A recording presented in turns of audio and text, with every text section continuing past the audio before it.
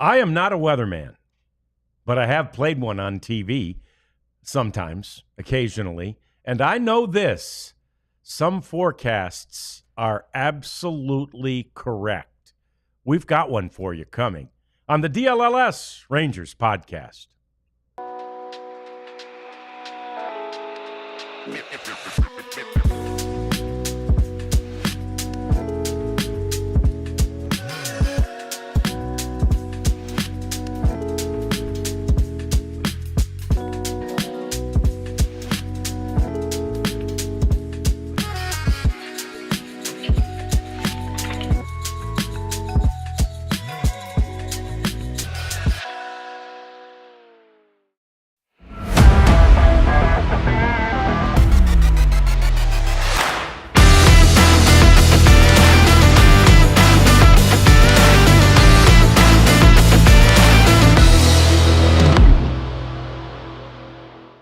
Yeah, so we welcome you into the DLLS Sports Studios, welcome you to the DLLS Rangers Podcast. And the weather reference at the beginning is because the Rangers game has been moved up an hour.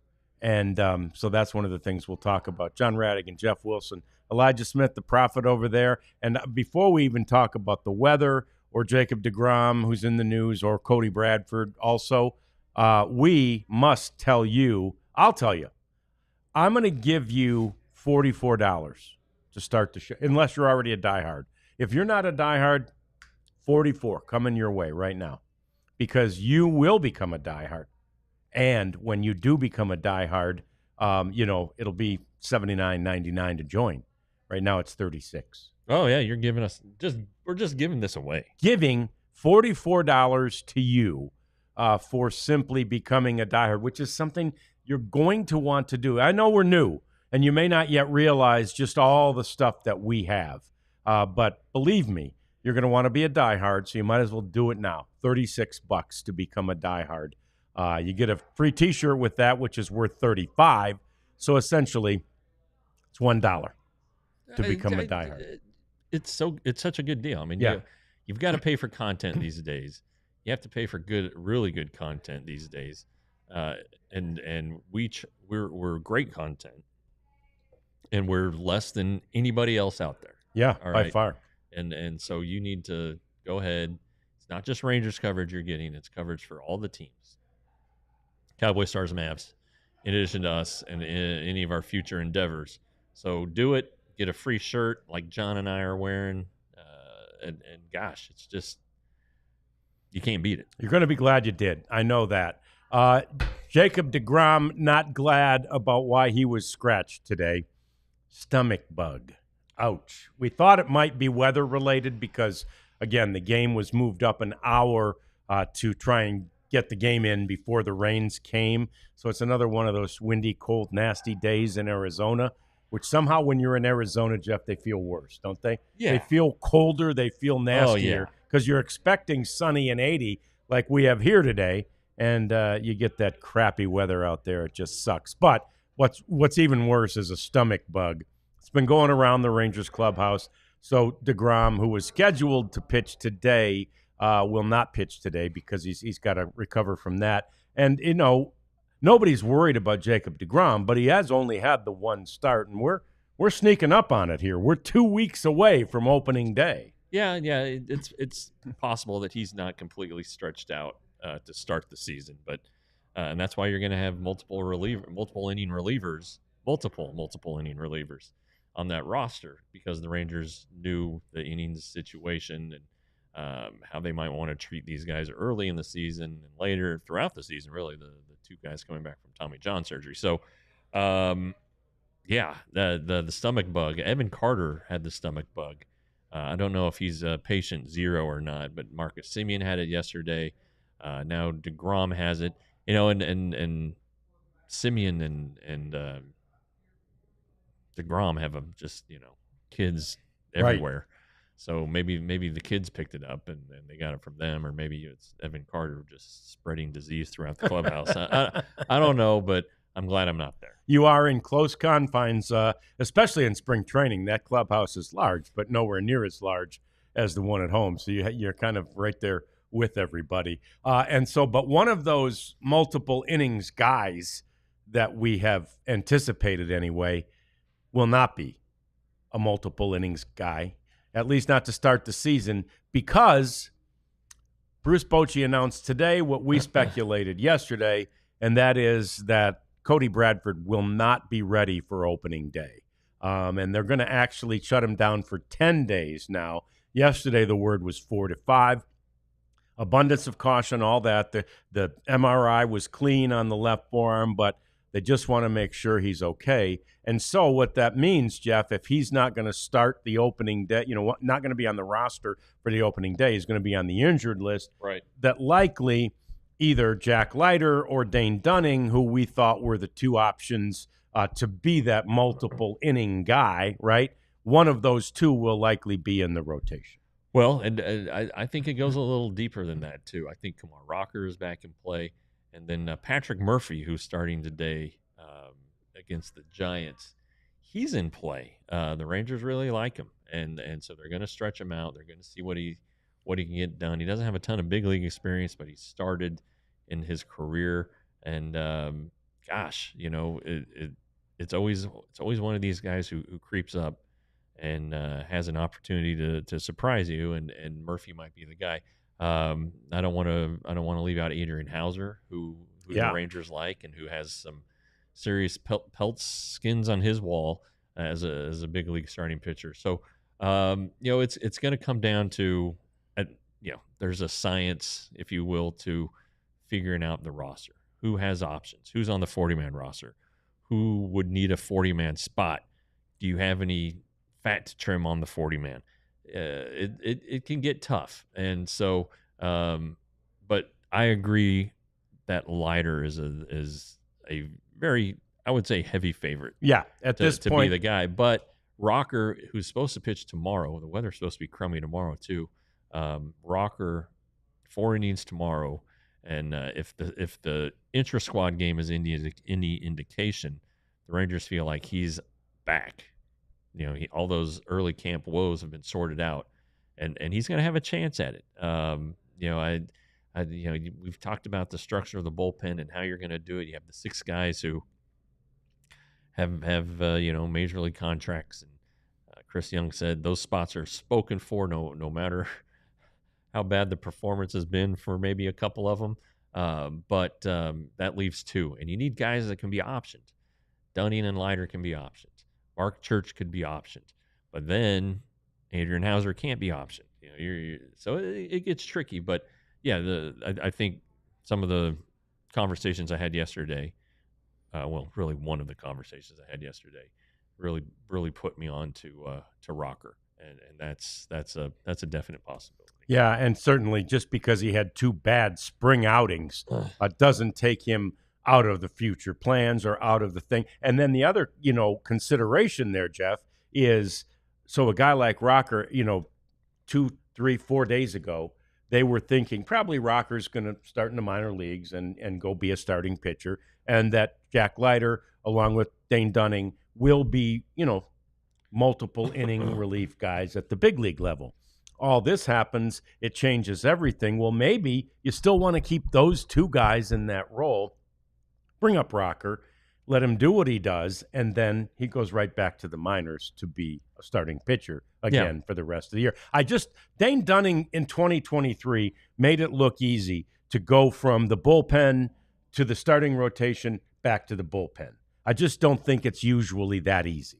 I agree, and because your routine changes dramatically. One day you're on a 5-day rotation, and you finish your start, and they're like, "Oh, all right, we need you back in the bullpen," and so you've got to be ready every day. You never know when your name's going to be called. Now they can kind of plan it out a little bit.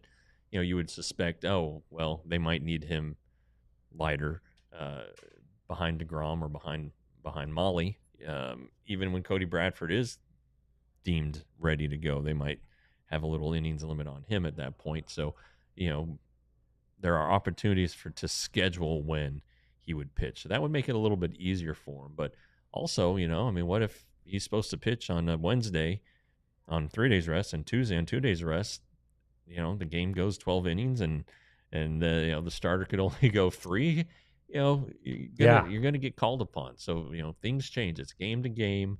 It's a fluid situation, and the best laid plans don't always come to fruition. So I just really think that though it's Leiter who's going to be in this rotation spot.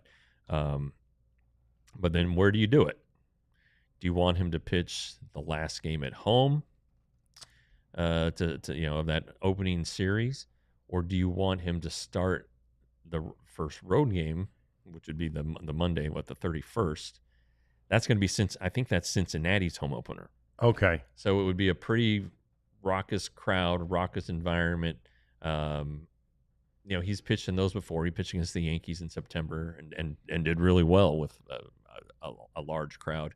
Would you want him to make that start? So I don't know, but yeah. And the other consideration there is deGrom.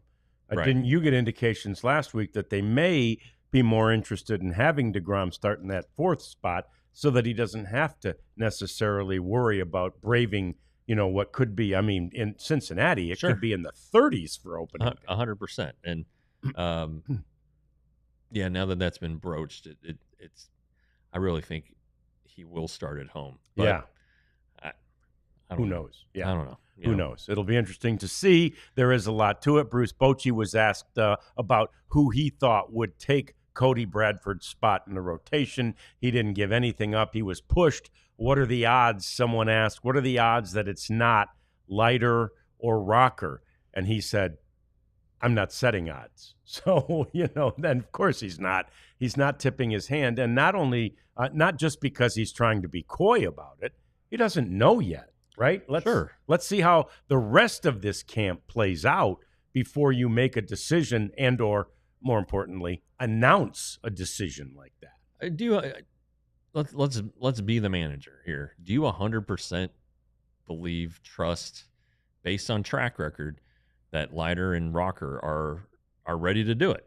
Right. And the answer is probably no. Right. If you're the manager. So would he trust then Dane Dunning more? Maybe. Yep. If they think that Dane Dunning's back to where he needs to be, would you trust Adrian Hauser, who probably has a ton of experience against the Reds, having pitched in that division for so long? So, Chris Young keeps saying we're going to take the 13 guys that gives the best chance to win, and that includes depth, and that includes Game 5 of 162. So, who's it going to be?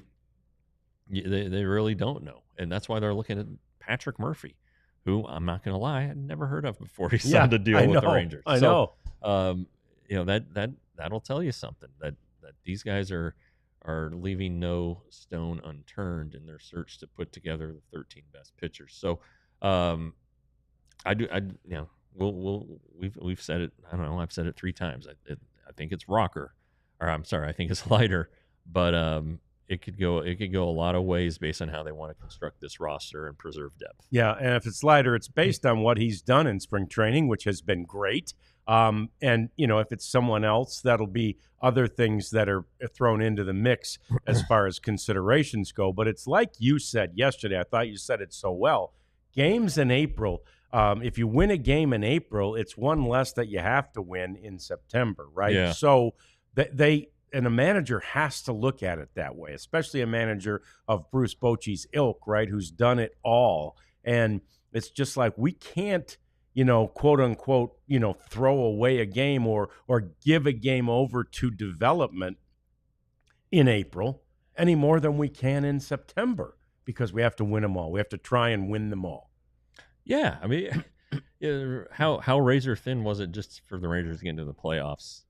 In 23. In 23. Yeah. They were darn near not in the playoffs. Yeah. And they ended up winning the whole thing. So, and if with the parity in the league, maybe it's not as good as it was in 23, at least not the West.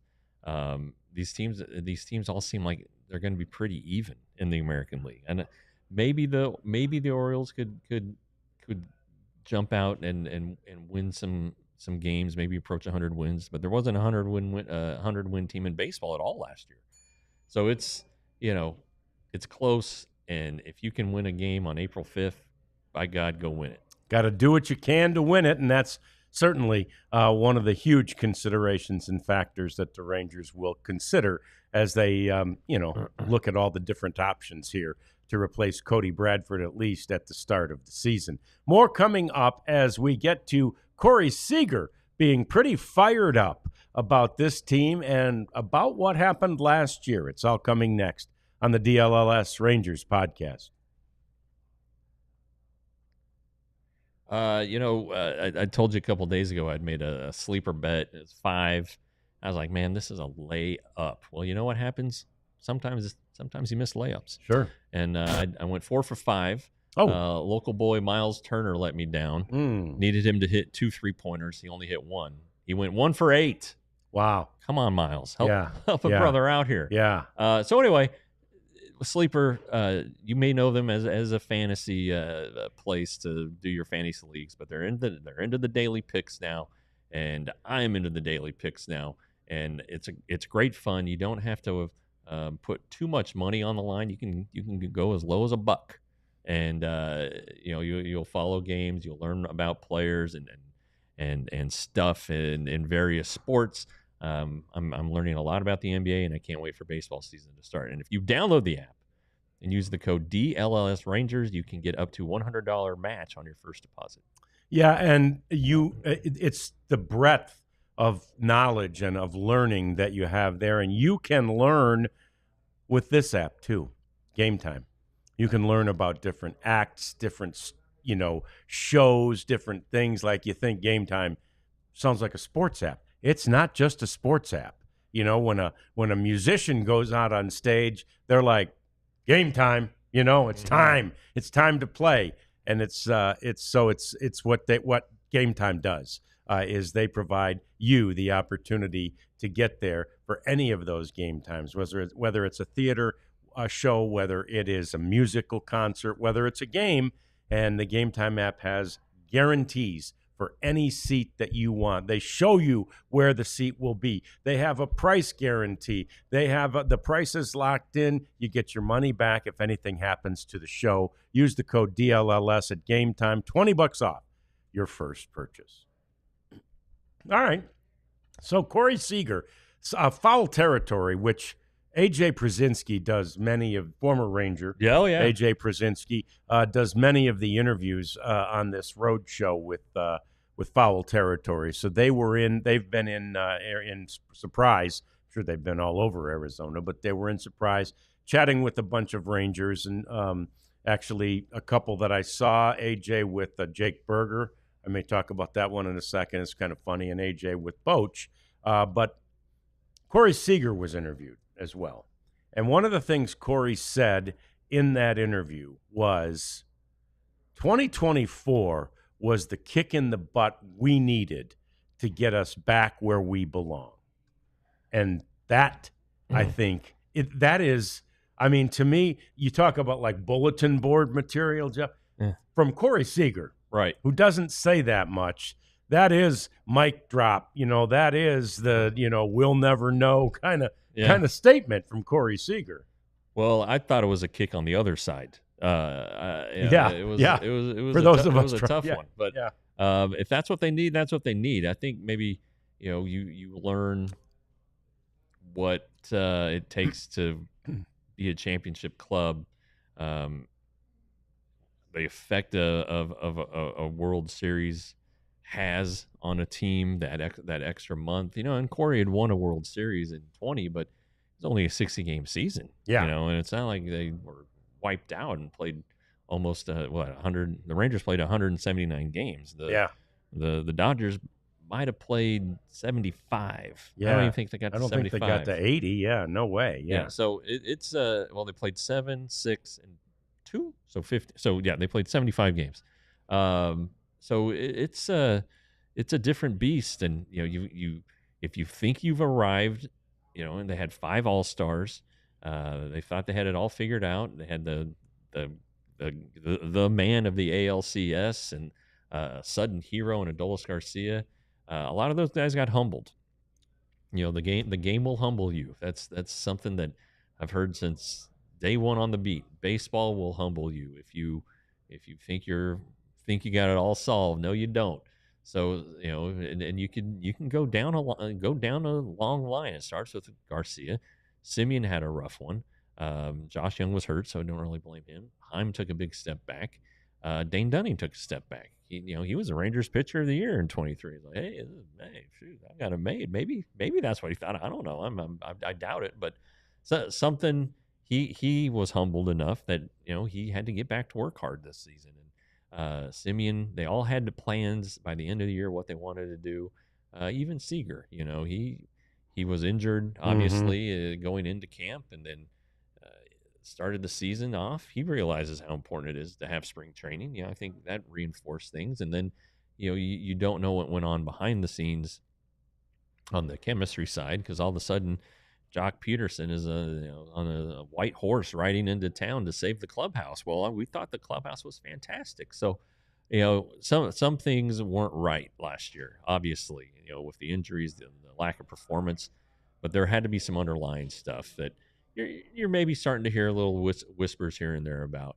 And then you can kind of look and see who's back and who isn't and be like, oh, I wonder why he's not back. Well, sure. There's an answer. Yeah. And it's not always about baseball. So, that is interesting that Corey would go out and say that. He doesn't talk to us a lot. He talked on his first day in camp, and it was nice talking to him. But he's never in the clubhouse. He's not avoiding us. He does his own routine and everything. But I haven't had a chance really to talk to him other than just in passing since then. But those are pretty powerful words. They are. And one of the other things he said regarding mentioning, excuse me, Jock Peterson coming in. You all right there? Yeah, I think I'll be okay. Got all choked up on Jock Peterson. But mentioning Jock Peterson coming in, he was asked, I don't remember the exact question, but basically, who do you like to watch hit? He goes, on this team? Yeah. Jock. I mean, it's got to be Jock. We've been friends since we were 18 years old. Yeah. And he said, I just love the way the distance he's come in his career. And then talked about him too in his life, right? And the fact that he now has 4 children and all those kinds of things. So what I think we see in a comment like that, because he could have gone anywhere. I mean, seems like right now you might like watching Wyatt Langford or Jake Berger, right? But Jock, okay, whatever. He could have said, I think what we're seeing is Corey Seager's fingerprints were on that, the acquisition of Jock Peterson. He was the scout, if you will, that said to the Rangers front office, we got to get some Jock Peterson up in here. Well, Corey's contract speaks Sure. a lot of volume. It does. Yeah. And I'm sure they had identified Jock because of what he does on the baseball field. He hits fastballs, he hits right-handers, and those were areas where the Rangers were no good. He's a DH, which we chronicled a few weeks ago. They were the worst in the league and second worst in baseball at that position. So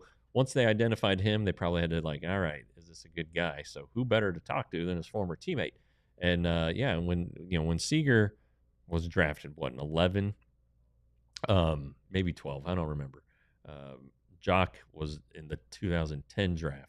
So there's a little age difference there, but they're peers, and when you're 18, as Corey was, and you get sent out to Arizona and all of a sudden you're a professional baseball player, you're going to be buddies with whoever you want, whoever's out there. Yeah.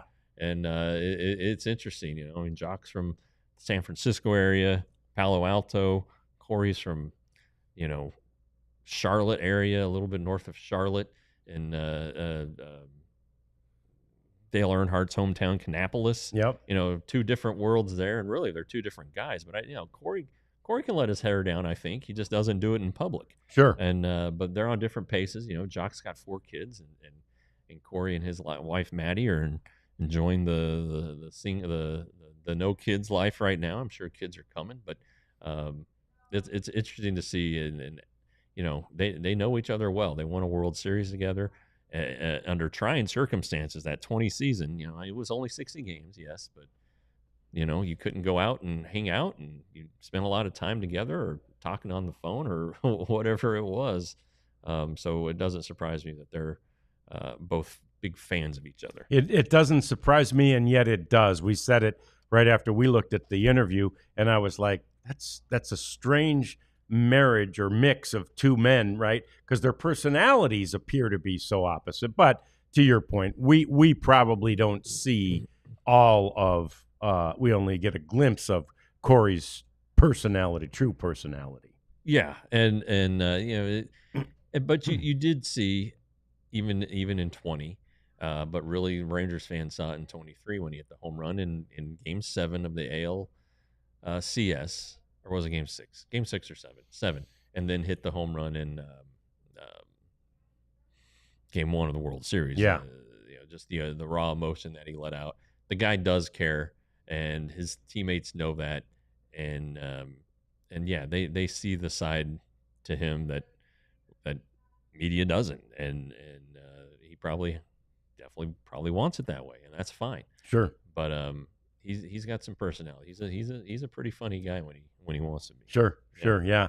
Let's talk a little bit about center field. Amazingly, I saw Jared Sandler tweet out that the player in Rangers history with the second most starts at center field, at the position center field, Leody Taveras. Oh, well, that's interesting. Behind only Oda B. McDowell. Oh, wow. And I remember when, way back in the fall when the offseason first started, we were asked to kind of name our all Rangers team, each of us. And coming up with the center fielder wasn't super easy. I mean, I went with Josh Hamilton, who didn't spend much time there. Yeah. You went with somebody who was only here a couple years. Yeah. So there's never been anybody sort of ensconced in that position. And now we all know, and we've talked about it a lot, it's one of the bigger battles out there. And Leody and Evan Carter both, either one of them could be the center fielder for a long, long time. Leody's still young. Obviously, Evan is. He's only 22. But we also have Kevin Pillar in the mix. And it's very interesting to think that because these two young guys still haven't demonstrated that ability to hit left-handed pitching, man, you've got a real conundrum still in center field.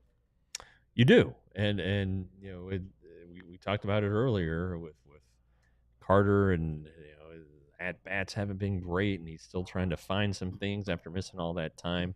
And meanwhile, Leody's maybe not hitting for a ton of average, but his at-bats have been great. He's not chasing as much and hitting the ball a lot harder. So, and then there's Kevin Pillar, who's starting today. Obviously, he's a former Giant, so he probably didn't mind making the trip over there to San Francisco. Sure. But, gosh, what's going to happen at a critical position? I mean, center field's one of those up the middle. You win up the middle. It's one of those premium defensive positions. If you have a good one, you're in good shape. And the Rangers have, Carter and Taveras and Pillar. Their defense is unquestioned. Yeah. I know some people thought Taveras was lazy at times last year, but that's just kind of the way he moves. He's not being lazy. And he plays pretty shallow. So I think that it'll get figured out. It's going to get sorted out. These next 10 days, 12 days, something's going to click. They're going to get enough at-bats. The Rangers are going to have enough to evaluate them. As Justin Grounds asked, could Osuna win a job over Carter? I don't see that. I really don't. Osuna's not on the 40. He's having a great spring, and everybody loves him. But he also has never played above Double-A. So I still think he will be missing the club, but he's definitely made an impression. So I don't know. If there's an injury, if there's a trade, then I think Osuna comes into play. And don't sleep on Dustin Harris. All right, do not sleep on Dustin Harris. He can hit for power. He's fast. He covers a lot of ground. The defense probably isn't. It definitely isn't as good as the three we mentioned. But he can play. He can play, and the Rangers are really happy with the improvements he made in the offseason. But at this point, oh boy, we got to pick this back up. We're going to pick this back up because I want to go somewhere with Jeff next, and also about Evan Carter. And also, Rarities said at the very beginning of the program he loved the television presentation on the RSN yesterday. We weigh in on our thoughts about that next. It's the DLLS Rangers Podcast.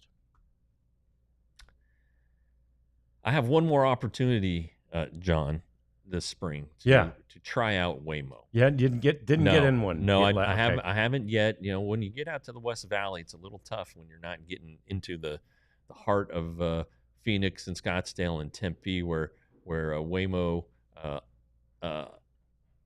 autonomous cars Yeah. are more prevalent. Yep. That's what it is, though. It's basically a hailing service. You have a app on your phone, you download it, and you just stand there, and you know the app figures it out, sends it to the car. The car comes, picks you up, you hop in, and surprise, it's automated, which is not bad at all. You don't have to worry about what smells coming from the front, any conversations, anything like that. So download the Waymo app, and if you're out on the town and want to give it a shot, please do. They're a sponsor of our show for spring training, and we greatly appreciate them. Yep, we do, and it's a way of the future. There's no doubt about that. Something that should be a way of your future is a Saturday neon sign. They're affiliated, as you know, with 50 colleges and universities. They have inexpensive neon signs that look neon but aren't really neon. Neon has become a misnomer because neon is a gas, and we don't use gas in these signs anymore. But they still look really cool, just like the old gas neon signs. So you should get yourself a sign. You can have any one of those 50 colleges or universities. I'm sure they'll expand their list and continue to do so. But you could also have one made for yourself. And so we really think you should do that. I think I should do that. And I really intend to investigate that further very soon. But if you go to SaturdayNeon.com and you type in the code DLLS, well, guess what you'll get? 10% off your first Saturday Neon. So I wanted to ask, Jeff, you really believe, I think at this point still, regardless of struggles against lefties and needing at-bats, you believe Evan Carter makes this club out of camp? Yeah, I do, but I don't believe it as much as I did. Okay, so you're not 3 weeks ago. You're wavering a little bit. Okay. Yeah, I just basically when Bruce Bochy said what he said, I think it was Sunday, and basically made Evan Carter sound like a Double-A player, or a guy who's not going to be on the major league roster to start the season. And when I pointed that out to Bruce, he said, "Well, that wasn't my intention at all. He just needs at bats. Get him at bats, let him figure it out, and something's going to click. If his body's moving right, Evan Carter's going to be A-okay. It's just a matter of seeing the pitches is right. I mean, we've talked about it a lot. He missed so much time last year. Yep.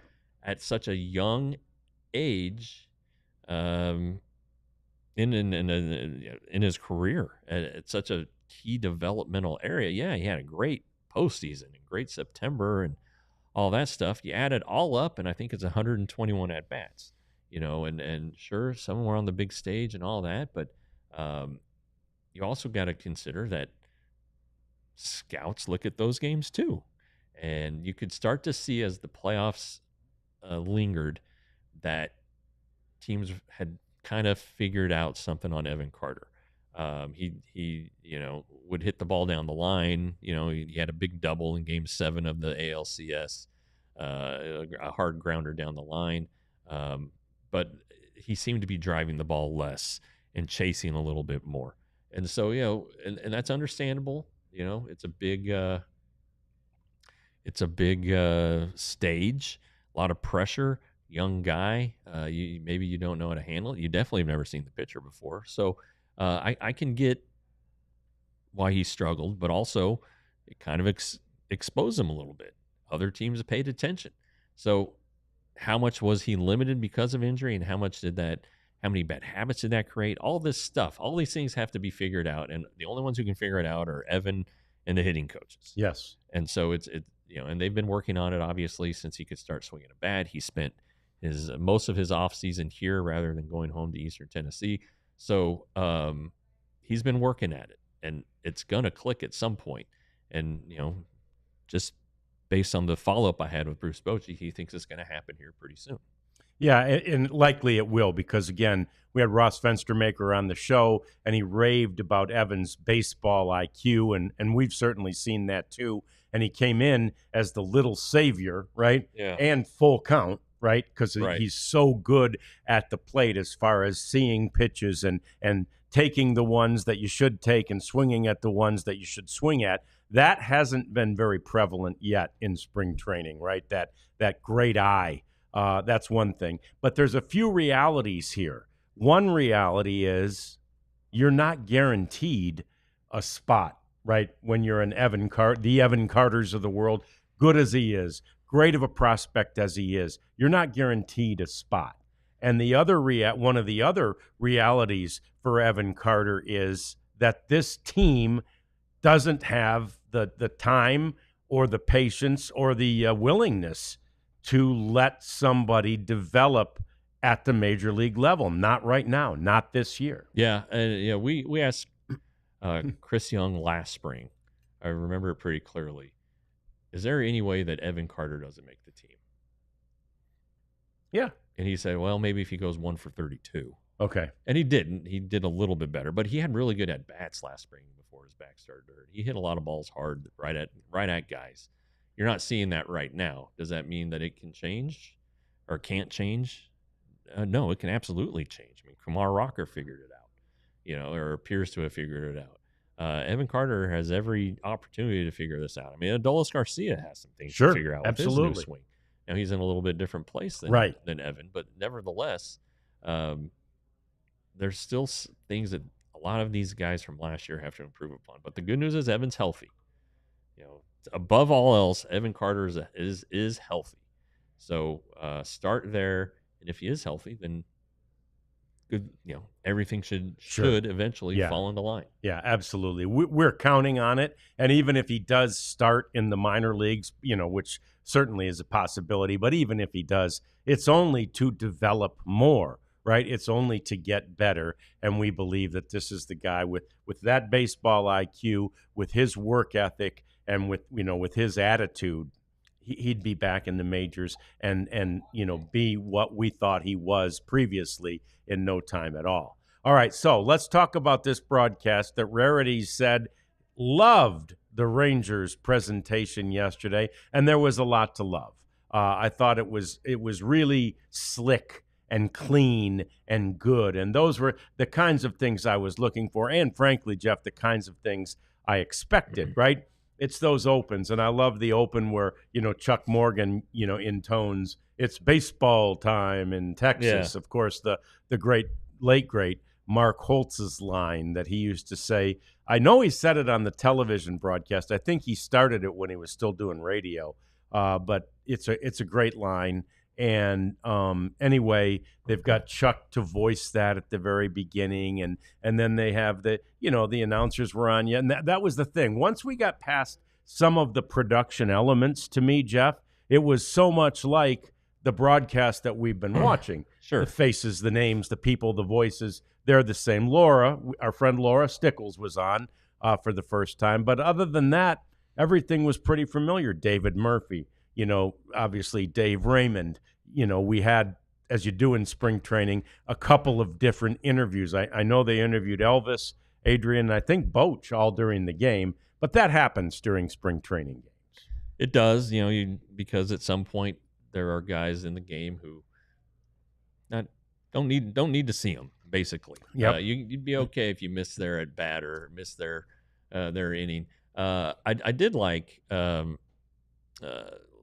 the times Laura had the opportunity. It was a good, clean, professional delivery. I thought she didn't seem starstruck or stumbling overwhelmed. Yeah. And then there were a few minor things though that happened because of the structure of spring training. Sure. The games don't start at 2:07 or 3:07. They pretty much get started right on time. Right away. And so that doesn't allow, John, as you explained to me when we're walking in, that little brief time to throw it down to Laura and then get it back to the booth for the first pitch. Because the first pitch of the game, I think, was hit for a single, or maybe it was the second pitch while Laura was introducing herself. And, they came back from break once a little earlier, I thought, than they were ready for. And I think you heard Dave kind of telling a story. And then, when Adrian was on, it seemed like his mic was a little far from his mouth, and so the jets were sweeping overhead, and from Luke Air Force Base, so it sounded like we were under attack, and you couldn't hear him at some times. But that's spring training stuff. Yeah, it is. That's all minor stuff. And look, that reality, like the Adrian thing, the audio person, he called the A2. It's the second audio person on the show. He sets that mic on Adrian in the dugout between innings. Yeah. And then he gets out of the dugout, right? Because he's not allowed in there.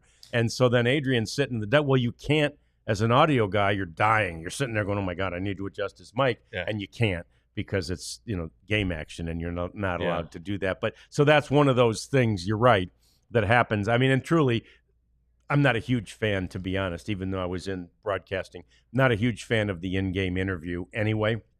And that's one of the reasons. It's just hard to make it clean. I think it's hard to get the full attention of whoever it is that you're interviewing, because they've got something more important to do than talk to you. But anyway, that's just my personal opinion on that thing.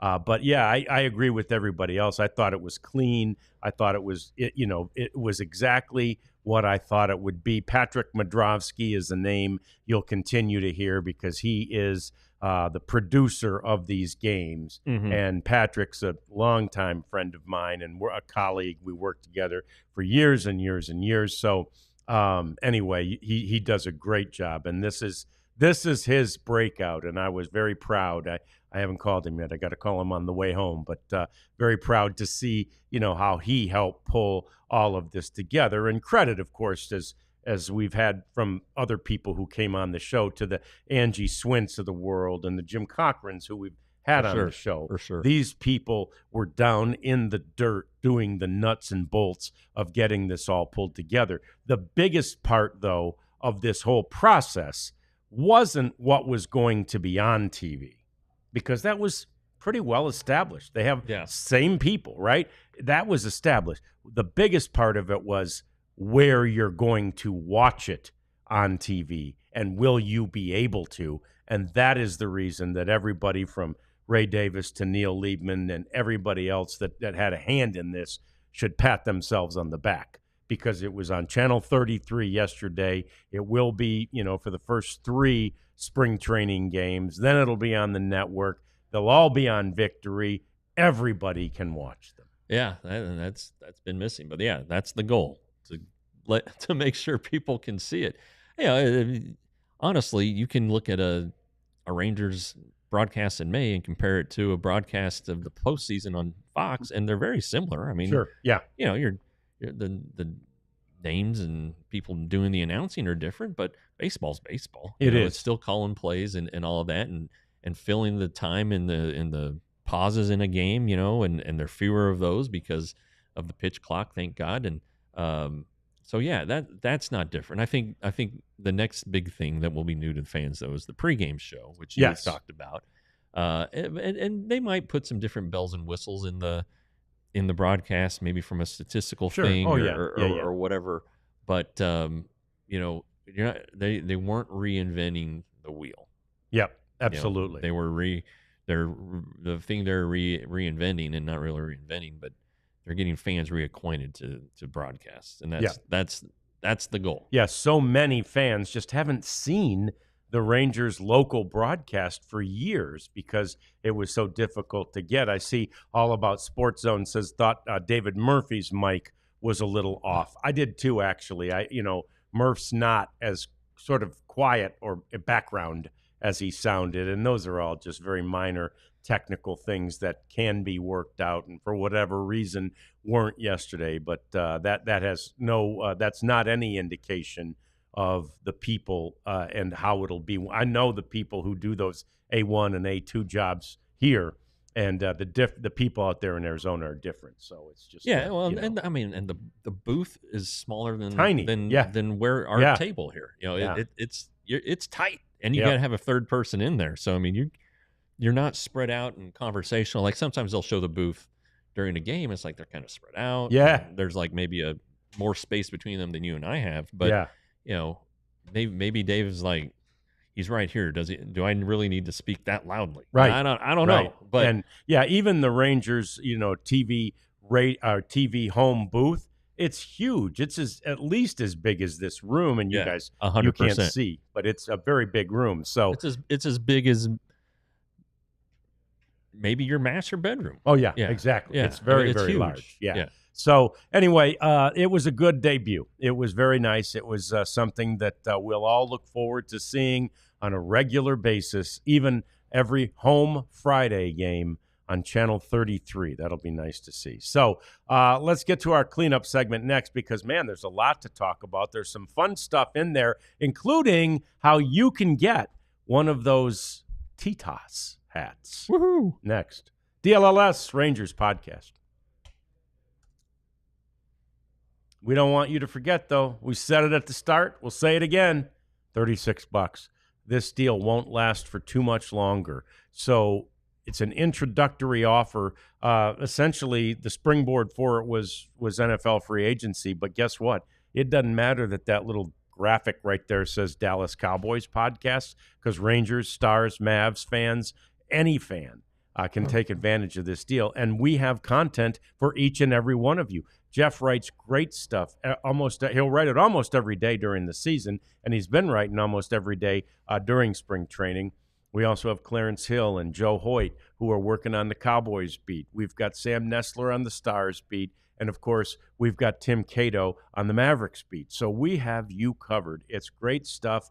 It's worth a hell of a lot more than $36, but it's damn sure worth $36 a year. Oh my God! It's $3 a month. All right, let's break it down. Does one newspaper one Dallas Morning News when you buy it now? I think one is more than three now. Yeah, I don't remember, but I don't know. And so what is it? It's like 10 cents a day, right? 10 cents for this great content. So, and you get a shirt. Yeah, you get a shirt, for crying out loud. The shirts are valued at $35. So Absolutely. what a hell of a deal.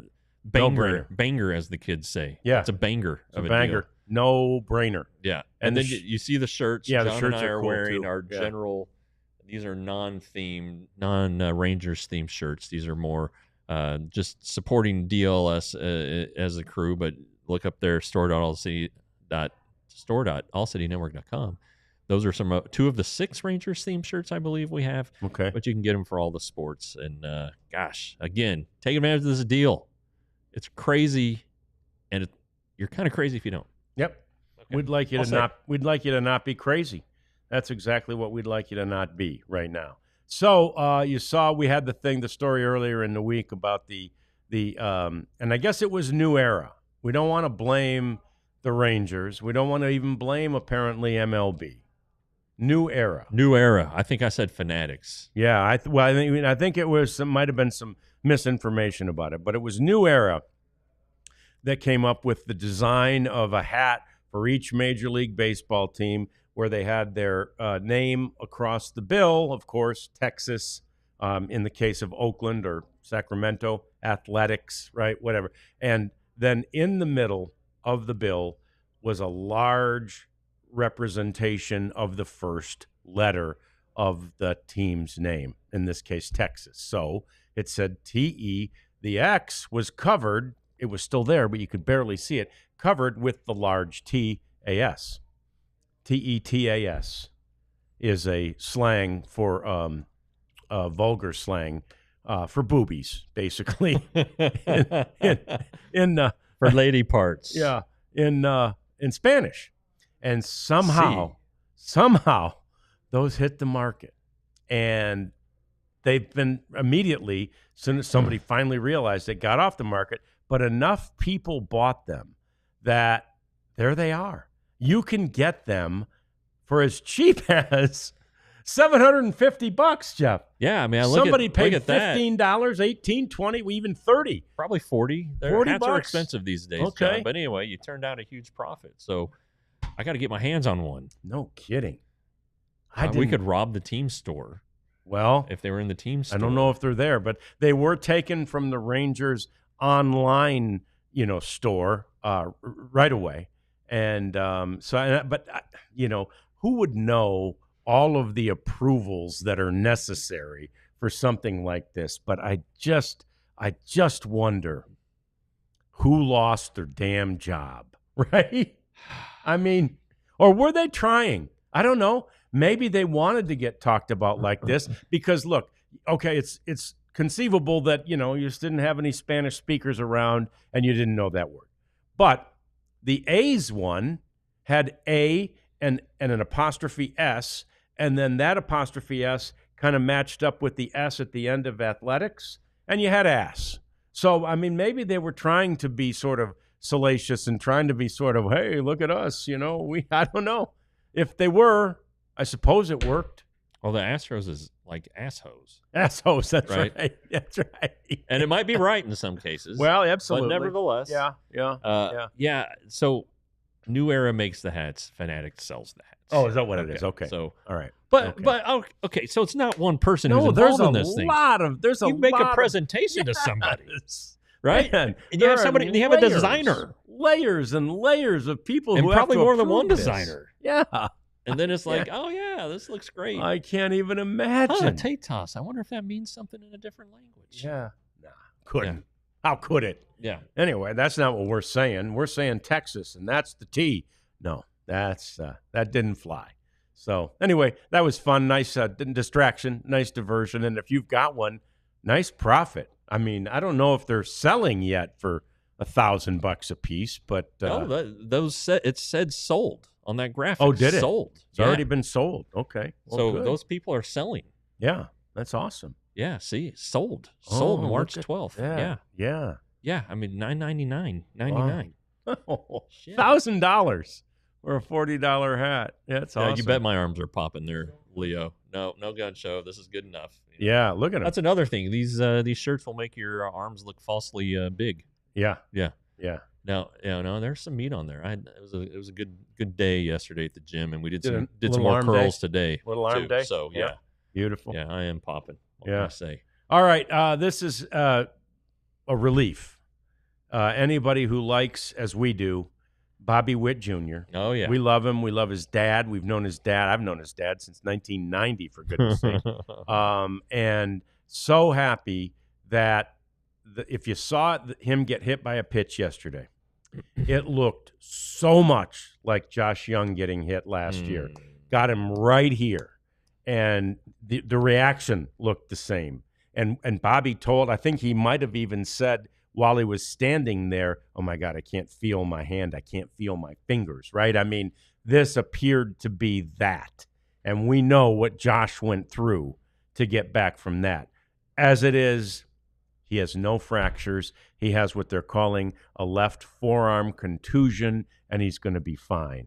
But that moment, I mean, and you know what? He may get in touch with Josh Young and find out all the different stuff that Josh is going to use. I mean, that might be your sort of come to Jesus moment on something like that. Like, I've got to try and protect myself here. Just walk across the complex, or they could meet at home plate and talk about it. But that is frightening. And I said it with Garrett Cole. I've said it with others. You want the best players in baseball playing. You want to see the best players do their thing, and certainly, especially when it's a local guy who with ties to the Rangers, he's just a good kid. My God, and he's still a kid. All right, he's still a kid. So you hope for the best, and it's a relief that he is apparently going to be okay. I mean, you can always go back and get a second X-ray and see a crack. But with Josh, it was like, oh yeah, that's broken. Oh, it's shattered. I mean, it was shattered. We're in trouble here. Actually, they thought, and that even then they thought it was like, okay, it's just a fracture. We're gonna be okay. And then the surgeon got in there and was like, holy crap, get me some glue. And had to put that thing back together. So that's scary. And also, he's on my fantasy baseball team. So I need him. Yeah, need him. Yeah, we're drafting right now. You might have just heard my computer say you are on deck. So I'm waiting for somebody to make a pick right now. And then you pick. And then I pick. I'm gonna try to get Danny Jansen, the Rays catcher. It's a 36 player rosters. Okay. And so I have a great core, but the rest of my team, I've never won the league, and I swear to God, I've been in it almost 30 years. I did finish in the money last year though, so okay, that's good. Yeah. that's good. And it was a nice transition because you mentioned a Rays catcher, Danny Jansen, who apparently, for as long as he will play for the Rays, will not have a home to call home. I don't know if this is true. That's just a one-year deal, but yeah. Okay. No, Jeff and I were talking about this, though. Apparently, the Rays stadium is off the table in St. Petersburg. I mean, how can they screw this up? Yeah. They had this new deal. It was going to be this beautiful stadium, similar, right near where it is now. And then the hurricane came through and took out the old one, necessitating them to move for this season up to the Yankees spring training stadium. And now they've taken off. And they were going to be there for, I think, 3 years until they got the new one built. Now the new one's gone, back to square one. I mean, where are they going to play? There's a chance this team could get moved out of there. You know, we've heard before about maybe even splitting the season and playing half of the games in Montreal, which would be ridiculous. I mean, it really would. And I'm not saying Montreal would be a ridiculous place to have a team. No. I thought it was great there before, and it'd be great to have one there now. You can't play half your home games in Tampa or St. Pete and half of them in Montreal. That's stupid. But that said, you don't think they're ready to swoop in? You don't think Nashville's ready to swoop in? Yeah, Nashville, I think, is going to be hard to beat. Although, what territory is Nashville in? There are a lot of Braves fans there in Tennessee. Yeah, that's right. So I would imagine, though, that there's not a huge territory dispute, or else the Braves would have already spoken up about that. Montreal, they're the Nationals now. So for those of you who play that game on Baseball Reference, the grid, the daily grid, you can use old Expos for Nationals, and you can get some sneaky points there. Sure. But, I think that Nashville makes a lot of sense. I know there's been a group in Portland, Oregon, that would like to have a club, but Portland's weather's weird. It can be rainy, and then it can be 100. Yeah, and then it's only 3 hours from Seattle, so I don't know if the Mariners. Yeah, I think that's a lot of Mariner territory up there, no doubt about that. Nashville, though, has a good group, some former major leaguers in the group. Crap, it seems like half of baseball lives there in the off season, so maybe they get a lot of guys who want to stay home and play for them. But the Sounds are the AAA team, and I think that they would want that name to carry over. It's pretty cool, and they have that guitar scoreboard out there in Nashville. Yeah. They were a Rangers affiliate for one full season, and then COVID hit, and they didn't play, and then the next thing you know, the commissioner realigned everything, and it's been Round Rock ever since. So it worked out for the Rangers, I guess. But it just does feel like an Oakland situation. Crappy stadium. Yeah. Not great fans, or let me rephrase that. Yeah. Great fans, but not great numbers. Not enough of them. Yeah. So, that's. I think their days might be numbered, or they're just leveraging. Or this is posturing. Yeah, absolutely. All right. So one last thing, Prophet. I forgot to ask you. Did we get the samurai sword guy? Oh, let's play this. This is unbelievable. The Cubs and Dodgers are for sure the Cubs are there. Dodgers, I think, have arrived in Japan, too. Take a look at this. We're getting it. It's, Suzuki